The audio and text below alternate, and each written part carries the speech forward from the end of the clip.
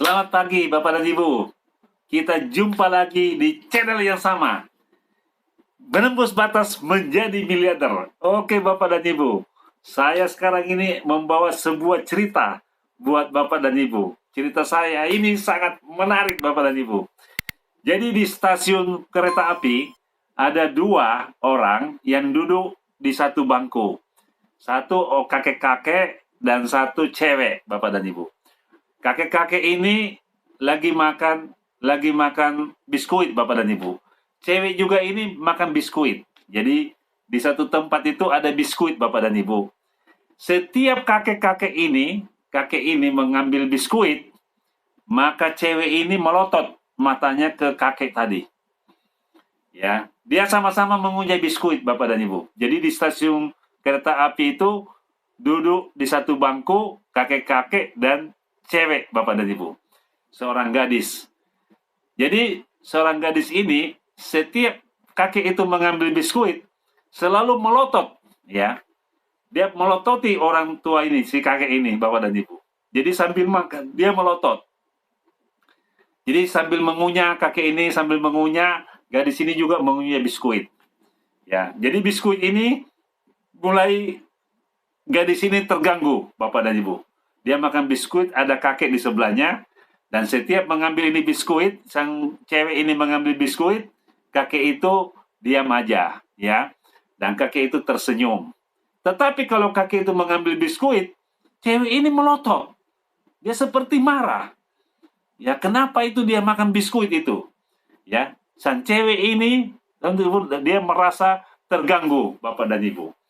Tetapi kalau setiap cewek ini melotot kepada orang tua ini, sang kakek ini cuma tersenyum saja.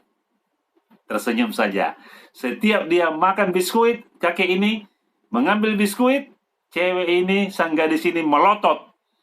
Dia seakan-akan marah biskuit itu dimakan. Jadi cewek ini dan kakek ini dua-duanya sama-sama makan biskuit di tempat ruang tunggu untuk keberangkatan kereta, Bapak dan Ibu. Jadi kereta sudah datang, datang kereta sudah mulai datang. Jadi sang cewek ini mengambil itu biskuit, langsung dia ambil, dia bawa pergi, dan dia dalam keadaan seperti orang marah kepada kakek ini. Dia bawa biskuit itu, dia bawa pergi, Bapak dan Ibu. Dia naik ke kereta. Sampai di atas kereta, di dalam tasnya itu dia lihat, loh, kok ada dua bungkus biskuit yang sama? Wah, ternyata tadi biskuit yang saya makan adalah biskuit sang kakek tadi, bukan biskuit saya. Dia pikir sang gadis ini adalah biskuitnya dia dimakan sama sang kakek. Padahal biskuit itu adalah biskuitnya kakek, bukan biskuit dia. Tetapi dia selalu melotot kepada kakek.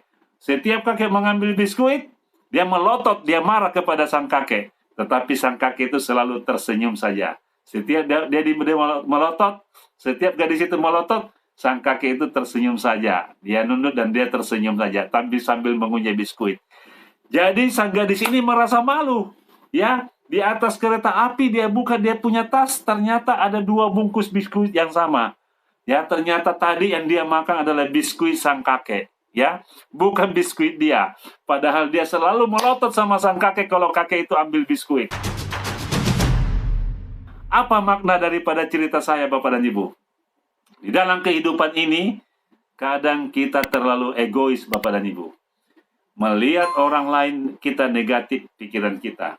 Padahal yang benar adalah sang kakek tadi. Ya, kadang kita di dalam satu pergaulan, di dalam satu bisnis, ya, kadang kita marah sama orang, padahal kita yang salah. Kita lihat semua, ya, cerita saya tadi ini, kita bisa ambil pelajaran. Sang gadis ini selalu melotot kepada kakek kalau kakek itu mengambil biskuit. Ya, dia merasa dia memiliki biskuit itu, padahal itu biskuitnya sang kakek. Ya, di dalam hidup ini jangan Anda selalu merasa memiliki Bapak dan Ibu, padahal itu milik orang lain.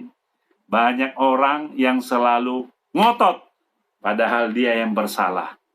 Inilah ciri-ciri orang yang gagal, Bapak dan Ibu, kalau dia selalu ngotot dan dia selalu salah, pikiran negatif, selalu marah kepada orang, itu adalah ciri-ciri orang gagal.